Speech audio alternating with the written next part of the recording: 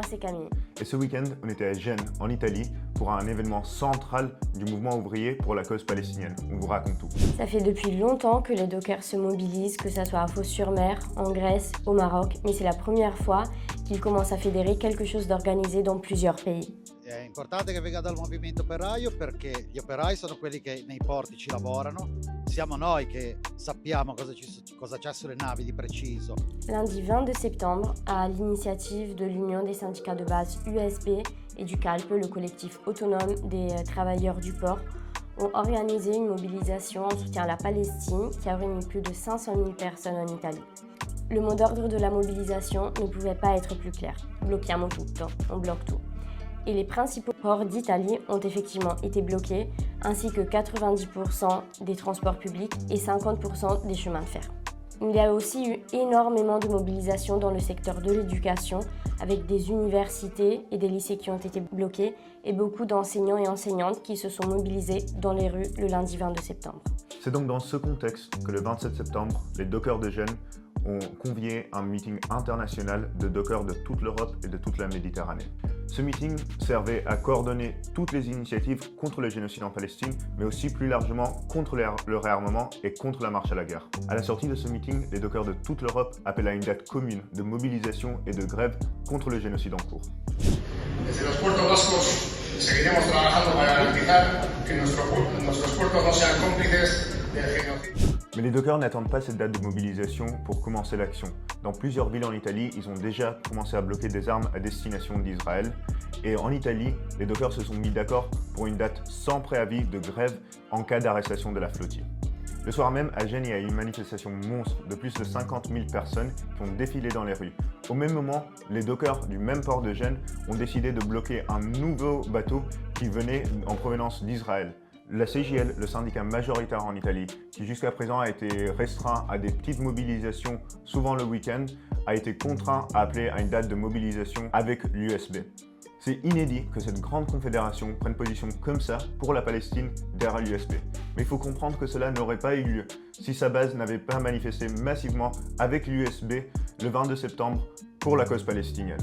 En France, on entend souvent que le mouvement ouvrier ne pourrait pas ou ne devrait pas se mobiliser pour la Palestine. Mais ce qui se passe en Italie et la mobilisation de la classe ouvrière dans ces lieux de travail nous montre exactement l'inverse. Mais pour que les directions syndicales prennent position, mobilisent, appellent à des journées de grève pour la Palestine, il faut que leur base ne leur laisse pas le choix. C'est ce qu'on a vu en Italie. Comme je disais tout à l'heure, le 22 septembre, à côté de dockers, il y a beaucoup d'autres secteurs qui se sont mobilisés, comme les travailleurs des transports, de l'éducation, mais aussi la jeunesse. À la suite de l'appel des dockers, la Fédération des travailleurs des transports a reconnu le rôle central des dockers dans la mobilisation pour la Palestine et a appelé les autres secteurs à se mobiliser et à les soutenir. Mais il y a aussi la jeunesse qui a joué un rôle central dans ces mobilisations, avec des facs et des lycées occupés dans plusieurs villes comme à Rome, à Milan, Naples ou Bologne. Et ça, c'est un symptôme d'une jeunesse anti-impérialiste qui veut rompre avec la complicité de son propre gouvernement dans le génocide en cours à Gaza. Et ce sont tous ces secteurs qui sont appelés à se mobiliser ce samedi 4 octobre en Italie pour une journée nationale de mobilisation en soutien à la Palestine. Ça fait maintenant 3 ans qu'en Italie, on a un gouvernement d'extrême droite, dirigé par Giorgia Meloni. Ce gouvernement est un des plus stables qu'on a connu depuis la fin de la Seconde Guerre mondiale.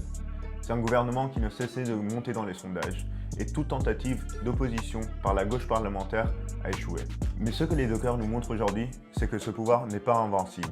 Mais pour leur faire peur, il faut se mobiliser par en bas, massivement, sur nos lieux de travail, sur nos lieux d'études. Ce qui fait peur au gouvernement d'extrême droite, c'est la mobilisation de la classe ouvrière et des classes populaires. Ce qui s'est passé ce week-end à Gênes en Italie a déjà des répercussions à l'international. Des appels à la grève en Catalogne, au Pays Basque, se sont multipliés.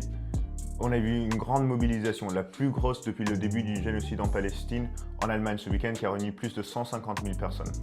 Tout ça nous démontre que l'appel des dockers à Gênes sert d'accélérateur pour la mobilisation pour la Palestine.